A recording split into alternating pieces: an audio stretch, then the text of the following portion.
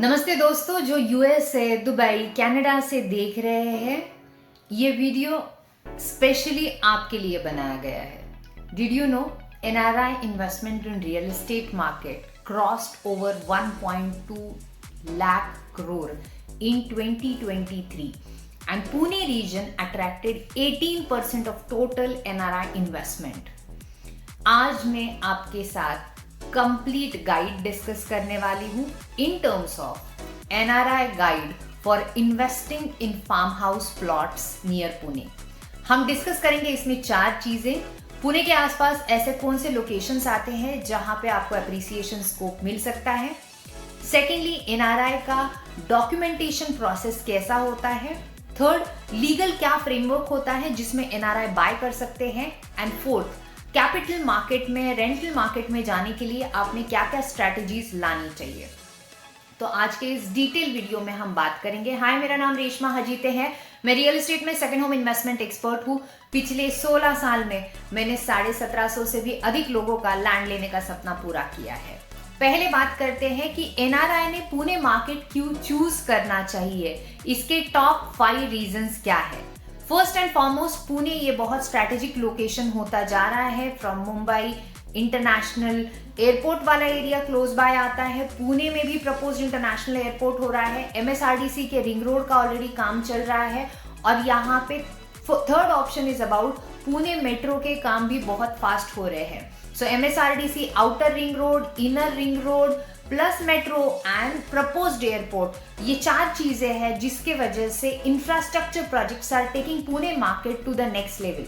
Second is about growing IT hubs into this area. आप सभी को पता है कि हिंजवड़ी, खराड़ी, ये बहुत सारे आईटी हब्स है, but at the same time Pune east side में और भी छोटे छोटे बहुत सारे आईटी हब्स डेवलप होते जा रहे हैं। प्रॉपर्टी अप्रिसिएशन स्कोप से 10 से 15% annual growth peripherals like second home areas Mulshi, Pavana, Lonavala यहाँ पे आते जा रहा है। एंड लोअर इन्वेस्टमेंट यानी कम से कम 25 लाख से लेके 60 लाख के रेंज में भी आप पुणे मार्केट में इन्वेस्टमेंट करना स्टार्ट करते हो when it comes for the land investment. And most importantly, for lot of NRIs Pune has become a very safe place to come back and settle. So 67% of NRIs are buying Pune market for their post retirement. So they are thinking हम जब भी वो country छोड़ेंगे तब हम कहाँ पे आएंगे इंडिया में, तो पूना में आएंगे।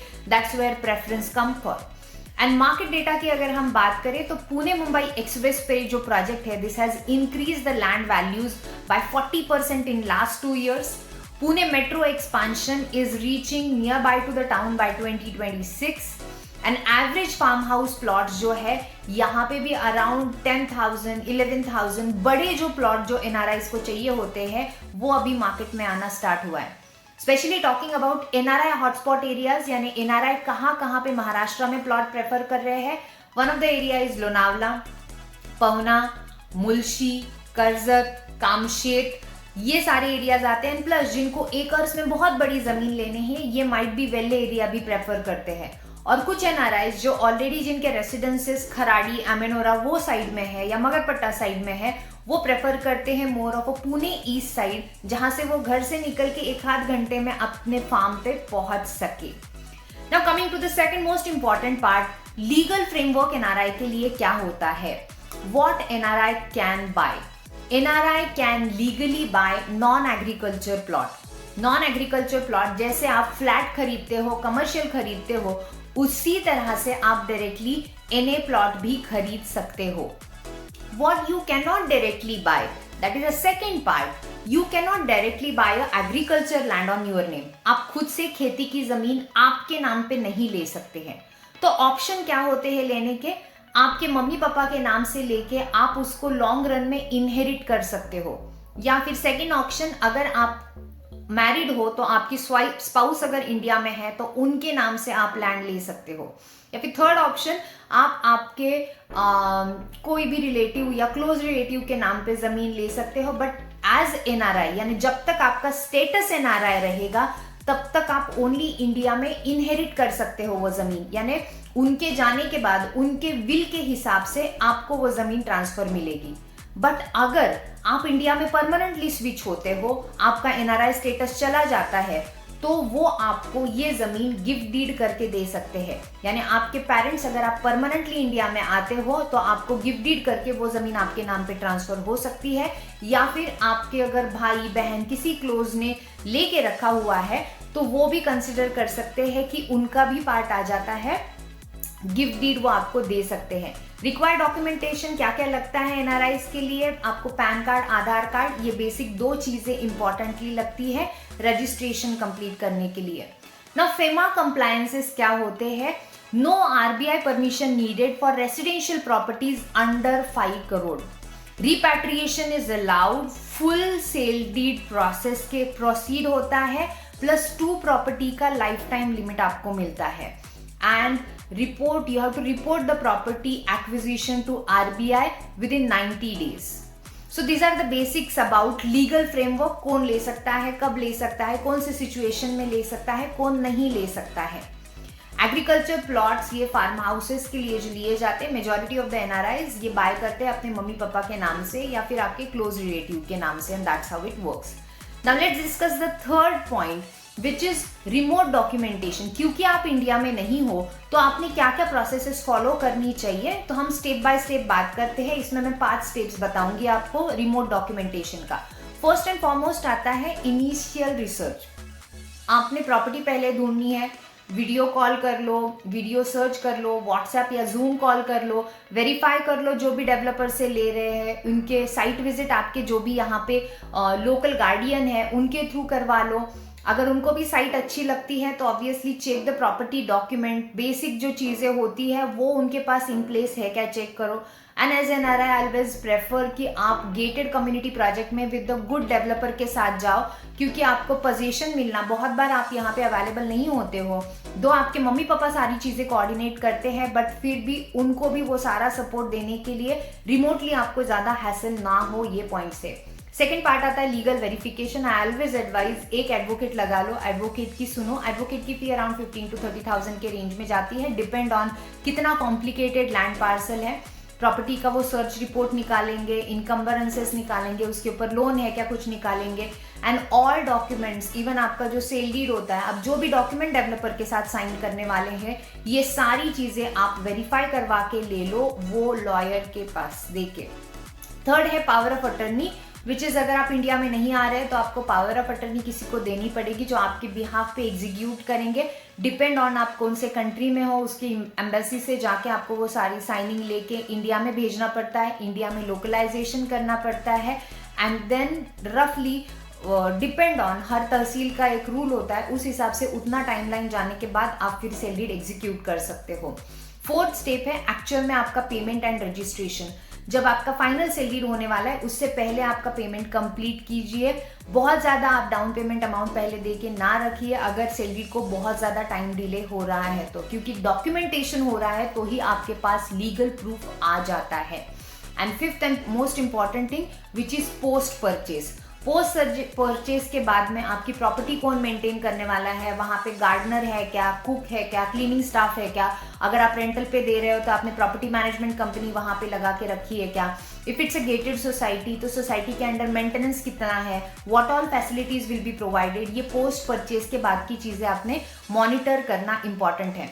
तो टोटल वैसा देखा जाए तो टाइमलाइन आपका 4 वीक से 8 वीक का होता है, ये एंटायर सर्च प्रोसेस से लेके पोस्ट परचेज प्रोसेस तक, बट फिर भी कुछ केसेस में इसमें टाइम भी लग सकता है, डिपेंड ऑन वो लीगल कितना कॉम्प्लिकेटेड है या आपको पोजेशन के लिए टाइम लग रहा है उस हिसाब से। फोर्थ एरिया में हम बताते हैं रिटर्न्स क्या आते हैं एंड रेंटिंग ऑप्शन क्या है, बिकॉज लॉट ऑफ एनआरआईज दे से हाँ जब हम इंडिया में आएंगे तब हम खुद यूज करेंगे, नहीं है तब हमारे मम्मी पापा यूज करेंगे, और वो भी नहीं है तो हमें रेंटल अपॉर्चुनिटीज भी एक्सप्लोर करनी है। तो रिटर्न पॉइंट से इसमें जो रिटर्न आते हैं 4 तरह के रिटर्न है। पहला रिटर्न है आपको बड़ी जमीन मिल रही है which is capital appreciation itself. तो अगर आपने देखा होगा तो लोनावला, मुल्शी, पवना ये एरिया ऑलरेडी अंडर पीएमआरडीए है, तो यहाँ पे लैंड अप्रिसिएशन 12 से 15% एनुअली करंटली हो रहा है with the market statistics in last 5 years। Next अगर आप पुणे मुंबई एक्सप्रेसवे साइड पे जाते हैं तो डिपेंड ऑन लैंड कॉस्ट आपको एंट्री कॉस्ट क्या मिलती है उस हिसाब से कैपिटल अप्रिसिएशन आगे जाता है। नॉर्मली अगर आप एग्रीकल्चर लैंड लेने जाते हैं तो आपको 1/3 कॉस्ट में सस्ते में अवेलेबल होती है, इसीलिए आप आपके मम्मी पापा के नाम से लेने में मोस्ट बेनिफिशियल हो सकता है अगर आप एज एनआरआई सोच रहे हो तो। सेकेंड चीज, आपका खुद का फार्म हाउस होता है। फार्म हाउस क्योंकि आप जब भी आओगे तो यूज करोगे, इसका डायरेक्टली एक इमोशनल बहुत बड़ा स्टेबिलिटी का पॉइंट होता है, दो it is not very much link to the financial but it's a very much link to your life style. Third point आता है जहां पे आप जब फार्म हाउस नहीं यूज कर रहे हो उस टाइम आप रेंट पे दे सकते हो। नाउ रेंट पे देने के लिए ऑप्शंस क्या क्या होते हैं, आइदर आप एयरबीएनबी या bookings.com ऐसी वेबसाइट्स हैं, इनके साथ में आप शॉर्ट टर्म रेंटल इनकम कमा सकते हो। यहाँ पे अराउंड 6% to 7% विथ 30% ऑक्यूपेंसी पे आपको एवरेज प्रोवाइड हो सकता है।